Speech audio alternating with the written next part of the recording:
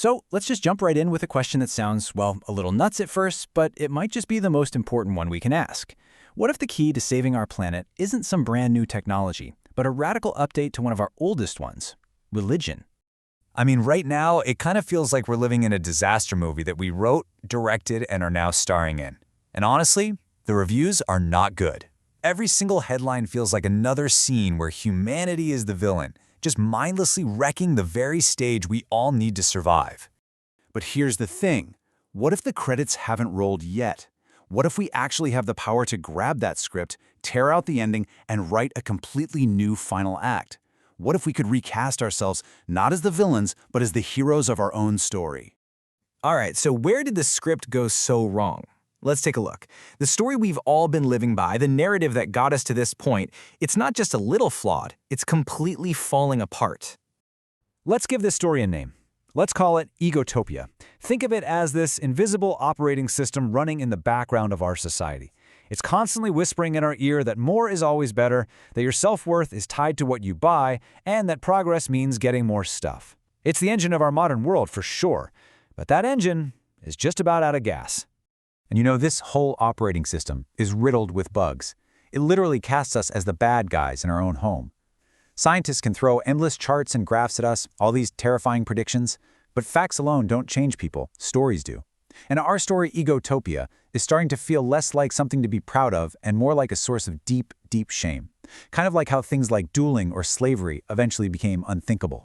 So, if our current OS is crashing, what's the upgrade? This leads us to a really radical proposal. What if we took our oldest piece of software, religion, and rebooted it? Not as a bunch of ancient rules, but as a powerful new operating system for the entire planet. Think of it like this. You know how most religious debates get stuck on the apps, the specific beliefs, the doctrines, the rituals? That's the stuff that divides everyone. But underneath all of that, there's the operating system, the basic way of seeing the world that gives all those apps their meaning. The idea here isn't to argue about which app is better. It's to reboot the entire OS they all run on. The goal is actually pretty simple, but it's massive.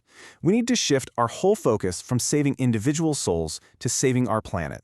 We need to build a new foundation, a new OS that any belief system can run on top of. Okay, but how in the world do you actually do something that huge? How do you get groups of people who've been arguing for thousands of years to suddenly start working together? Well, the answer, weirdly enough, doesn't come from a holy book. It comes from the history of science. There was this philosopher of science, Thomas Kuhn, and he talked about something called normal science. Basically, it's a period when all the scientists in a field stop arguing about the fundamental rules of the game. They've all agreed on the same playbook, and now they can all just focus on solving the puzzles in front of them. The proposal here is to get religions to do the exact same thing, to agree on the game we're all playing. And wow, a shift like this would change everything. The purpose of religion is no longer just about individual salvation in the afterlife. It becomes about planetary recovery, right here, right now. Evil isn't just about disobeying some ancient rule. It's about being indifferent to the very systems that keep us alive. Scripture stops being this fixed, unchanging text and becomes a living conversation between old wisdom and new science. And rituals? They're not just about remembering the past. They become actions that create the future, like planting a forest or helping build a solar farm. It's a total reinvention of what it means to be spiritual.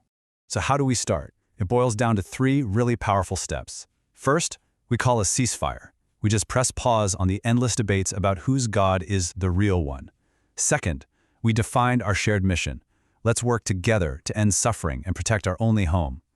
And third, and this is the real secret sauce, we stop fighting about abstract theories and start sharing what actually works. We focus on concrete, real-world examples of success, the exemplars. Now, if we can actually make this shift, it doesn't just change religion, it totally rewrites our place in the story of life on this planet. We stop being the zombie villain, right?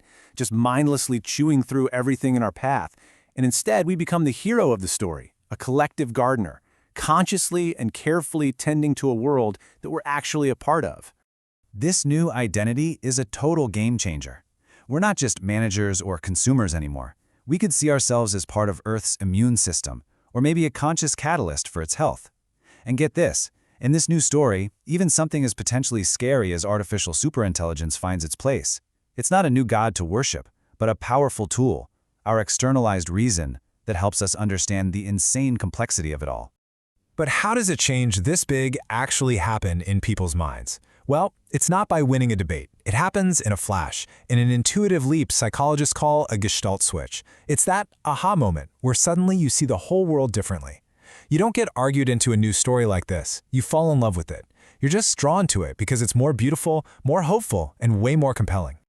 And at the end of the day, that's the secret. It all comes down to one thing, one story. A single shared story, so beautiful and so compelling that it just pulls all of us forward into a new way of being, together. And that brings us to the final act, because this isn't just some cool thought experiment. It's a choice, a great and beautiful choice that's being put in front of every single one of us right now. You know, the physicist Max Planck famously said that new ideas don't win by converting their enemies. They win because the enemies eventually die off, and a new generation grows up that just takes the new idea for granted. But here's the brutal truth: we don't have generations to wait. With the climate crisis breathing down our necks and ASI right around the corner, we can't afford to just wait for the old guard to fade away. This update isn't optional anymore, it's mandatory for survival. So the choice is laid out for us in the starkest terms you can imagine. Are we going to be the captain of a sinking ship clinging to that old failing story as it all goes under? Or are we going to be the gardeners of a reborn Earth? Ultimately, this isn't about religion or politics. It's about the story we're going to tell ourselves, the one that will define whatever comes next. The choice isn't some far-off thing. It's happening right now. So the only question left to ask is, which story will you live?